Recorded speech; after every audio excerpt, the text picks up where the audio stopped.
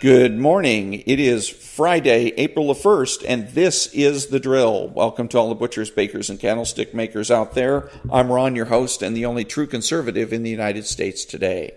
So after the Daily Declaration for Spiritual Warfare, the Pledge of Allegiance, and the Star-Spangled Banner, we will have No Free Lunch, Shadowbosses, Chapter 7, and Chapter 3 from the book My Bicentennial Year. All that and more when I come back.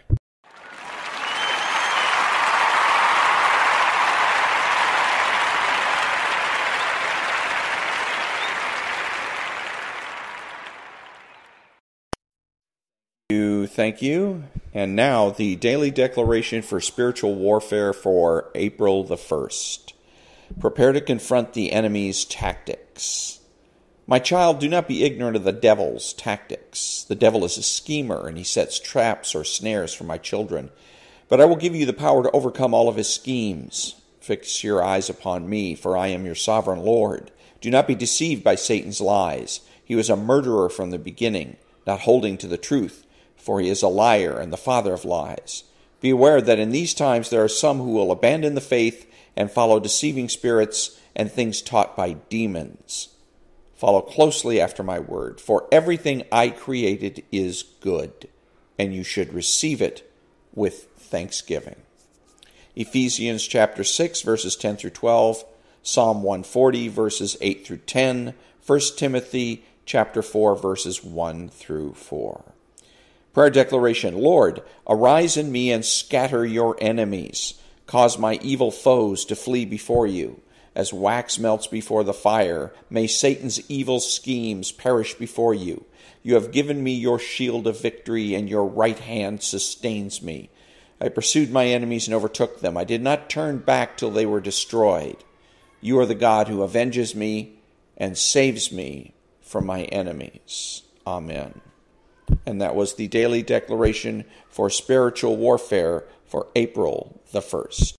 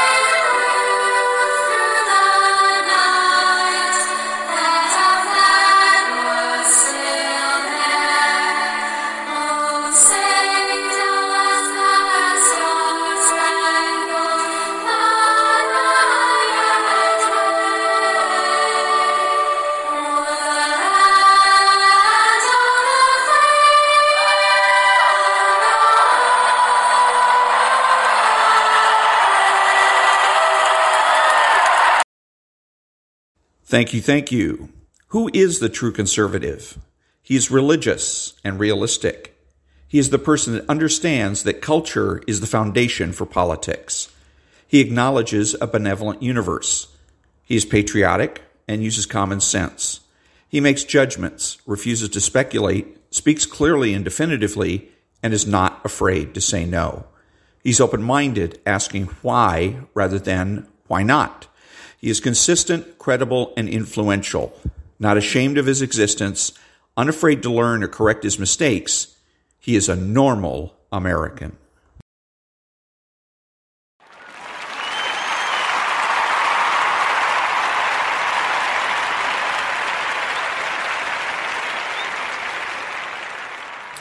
Thank you, thank you. What are the tactics in support of the strategy to rid America of socialist influence? The long-term tactics are to be a true conservative, talk like a conservative, act like a conservative, dress like a conservative, and think like a conservative. The short-term tactics are rhetorical.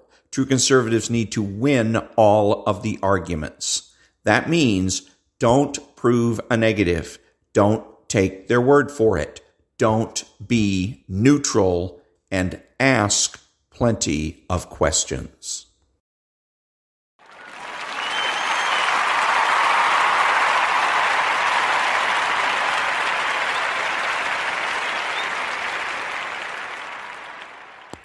Thank you, thank you. What is the true conservative strategy for defeating socialists in this country? Socialists must be driven from positions of power, and since it is lefty counterculture that provides the foundation for their political success, true conservatives must resist left-wing counterculture and promote normal American culture. By changing our culture, we will change our politics. And by changing the culture, we mean you need to get married, have a family, and raise your children.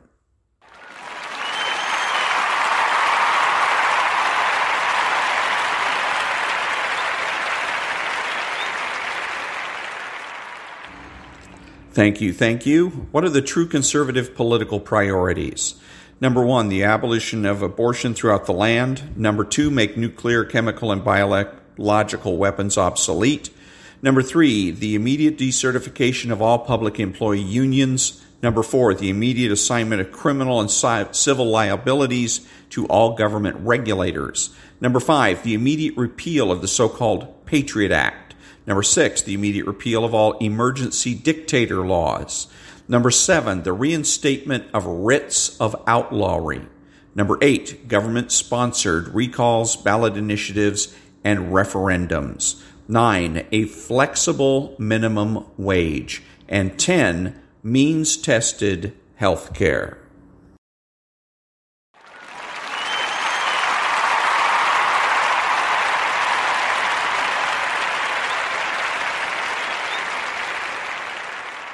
Thank you, thank you. What are the true conservative cultural priorities?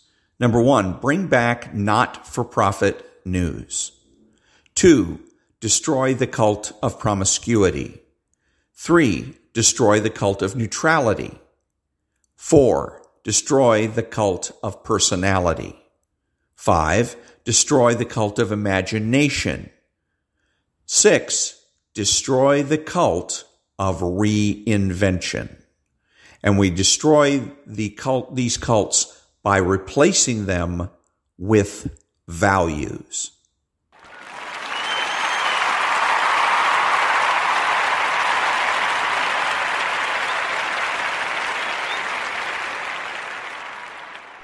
Thank you, thank you. And now there's no free lunch. Demand and supply are the opposite extremes of the beam, whence depend the scales of dearness and cheapness. The price is the point of equilibrium, where the momentum of the one ceases and that of the other begins. Jean-Baptiste Say. The economic law of supply and demand and how price discovery comes out of these two variables could not possibly be explained more succinctly and eloquently than this. Never static, prices come where supply and demand meet and immediately move from there as both variables inevitably stay in constant flux. And that was, there's no free lunch.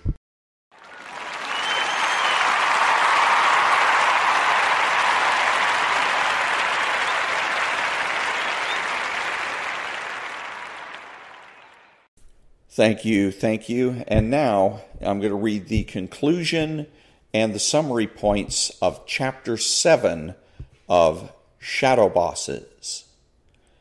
The labor movement has a much longer and stronger tradition of questionable governance practices than corporations and other organizations. The Association for Union Democracy, a pro-union group aimed at protecting democracy within unions, explains, "In many unions, democratic rights are as real and unquestioned as in most of American society. They are written into federal law, enshrined in union tradition, extolled by union leaders. But in large sections of the American labor movement, these rights are trampled upon and must be restored."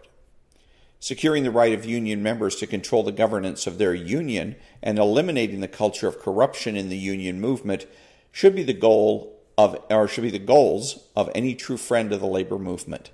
But this does not seem to be the direction in which the movement is headed.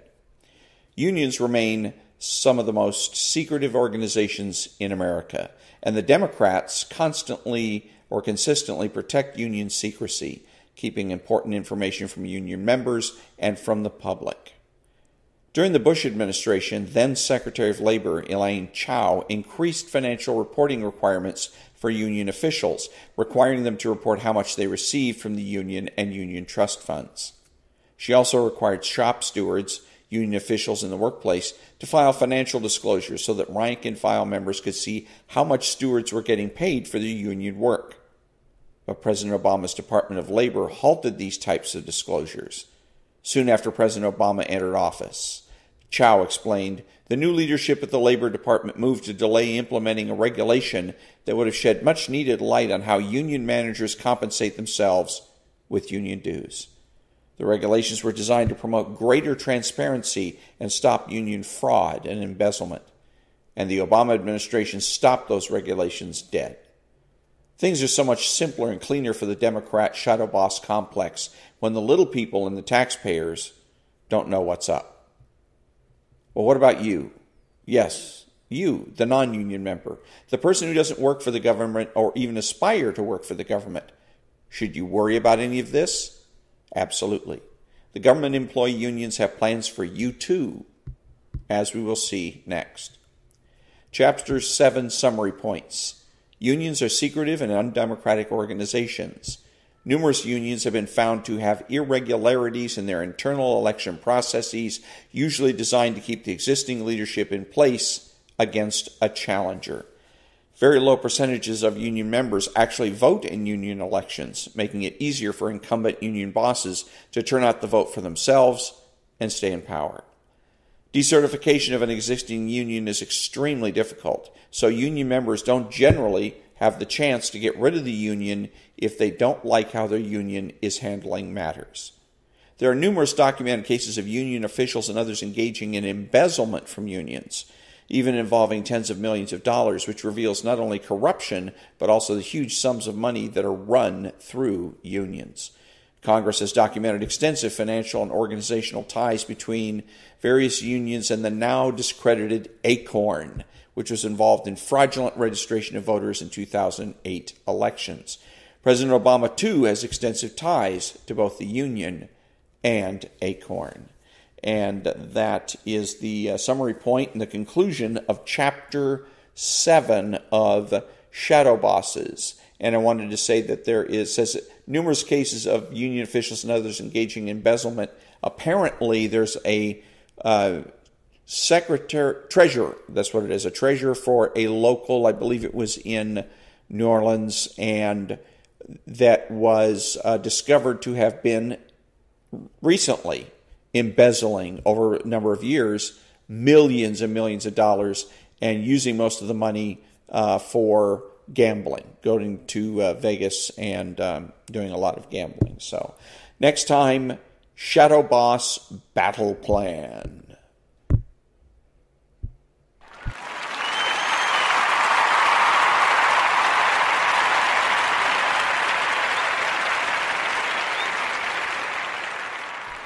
Thank you. And now, Chapter 3 of the book, My Bicentennial Year. And it's titled, Being Catholic. I can't say my family was strict Catholics, because I don't know what that means. We went to church every Sunday, some weekdays, every holiday, and for social events. My mother, who is truly a saint, I know a lot of people say that, but I believe it, was on every committee. My father was in the Knights of Columbus. a reader at Mass, usher, and just about everything else. The church was always looking for committee members of some form or another, and I started to realize that my parents and my neighbors were always the ones on the committee. I guess that's what it's like when you're from a small town. You all pitch in. My family, the Cinzanos and the Bernardos, were the Catholics on the street.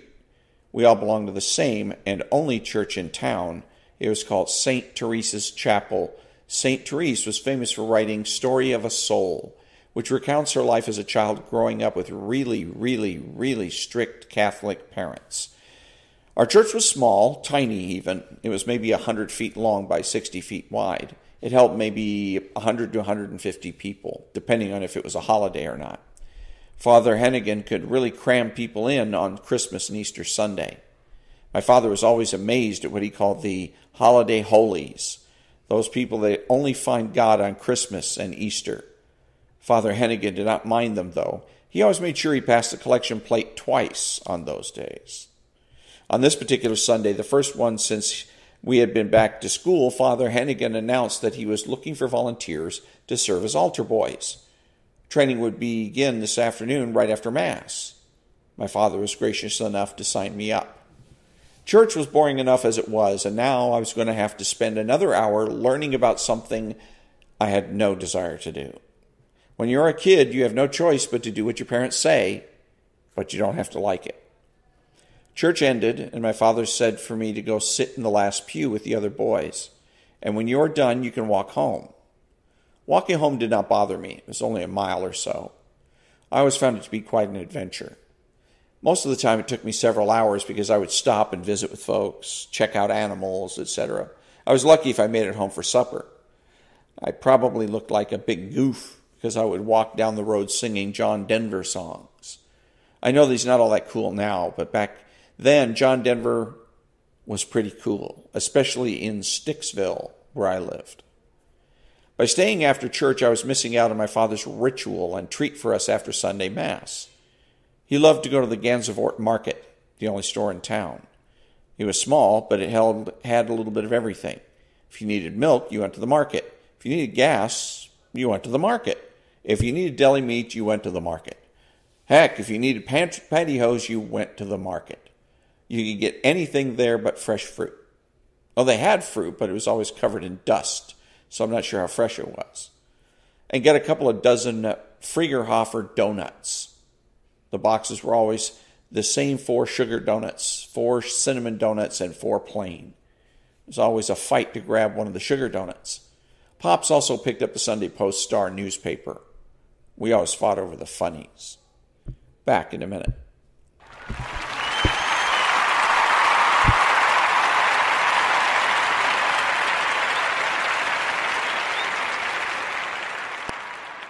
Thank you.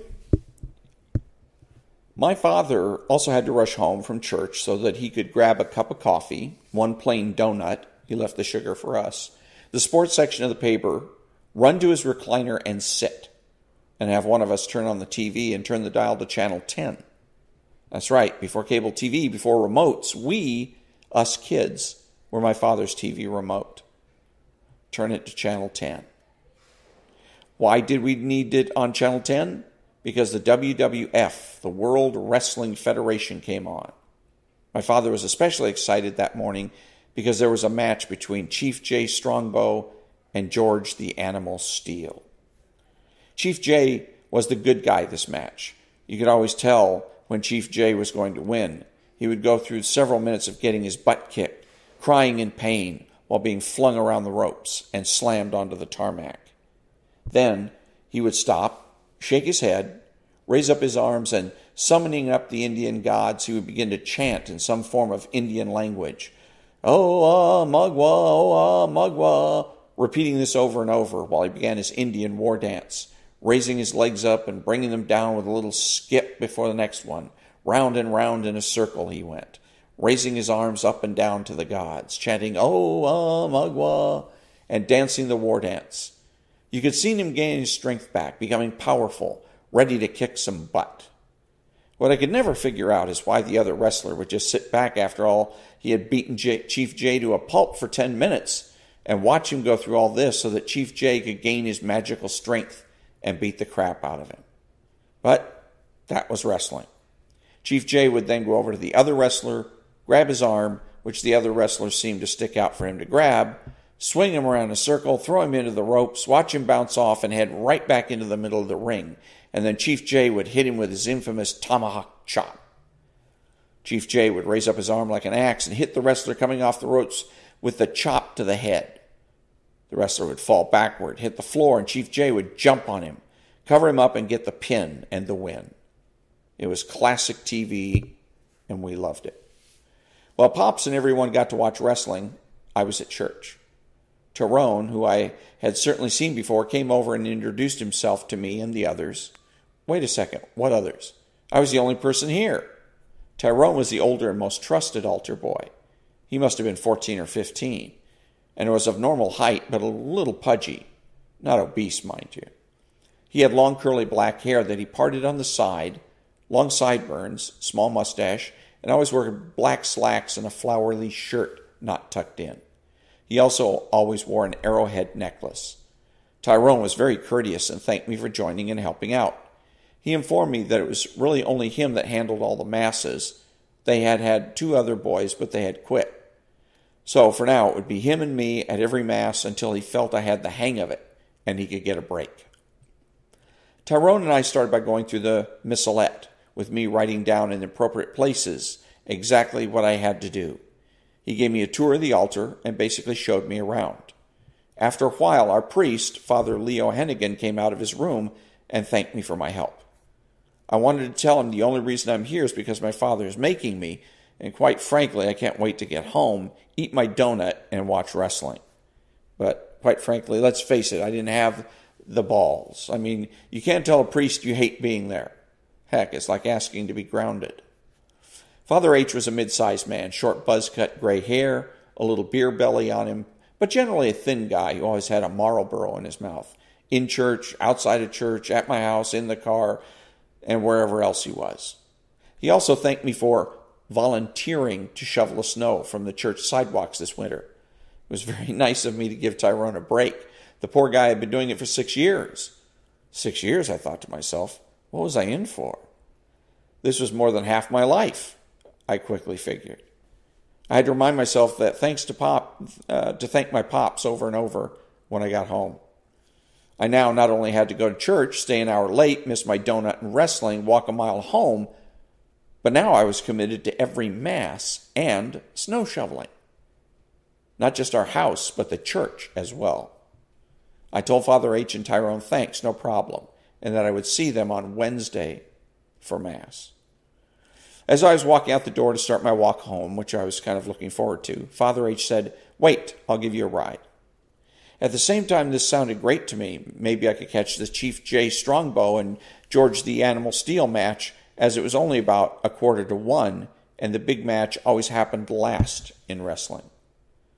As we motored down the 4th Street, my life went into slow motion. As soon as Brad saw me in the car with the priest, I could see and hear the word spread like a virus down the street, passing from kid to kid. Mike's a weirdo.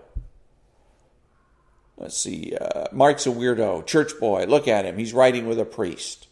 I could see them saying, by the time we hit my driveway, it seemed like every kid in the neighborhood was there to greet me and Father H. I rifled the door open, slammed it shut, turned to head up the stairs and into my house, quickly waving goodbye to Father H. Or so I thought. Just as my hand wave was finished, Father H got out of the car. Why would he get out of the car, for the love of God? Stay in the car and go back to church. But there he was. Marlboro in mouth, by the way. And proceeded to try and talk to these hooligans, telling them what a nice boy I was. After a while of a riveting conversation, Father H gave me a wink as if to say, I just saved you from friend abuse by telling them what a great guy you were. He got back into his car, backed up, and drove away, with the entire neighborhood of kids staring at me, and me at them. A long pause and staring contest was now in play. Me versus the entire pack of hoodlums. Them looking at me looking at them. Then they all started at once to burst out laughing. calling me a wussy and worse. I, in turn, burst out crying and ran inside. And that was chapter 3 of the book, My Bicentennial Year. Back in a minute.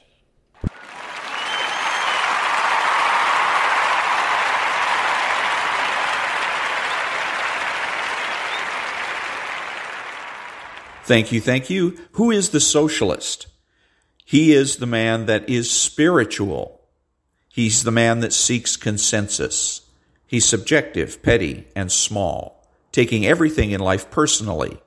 He's outrageous, boring, and rude. He pretends to be a leader and a change agent. He pretends that he's your friend. He is sly, cunning, and deceptive. He dresses, acts, and speaks like a slob. He is informal and terminally unique. He is childish and pretends that he knows nothing. He has no conscience and pretends that might makes right and that the ends justify the means. He is impulsive and rationalizes his behavior. He is deterministic, blaming others for his mistakes. He is skeptical, demanding that others solve his problems. His unreasonableness and irresponsibility make him a bad role model, bad father, brother, family member, friend, and a bad person, period. So if you think that you can be friends with a socialist, think again.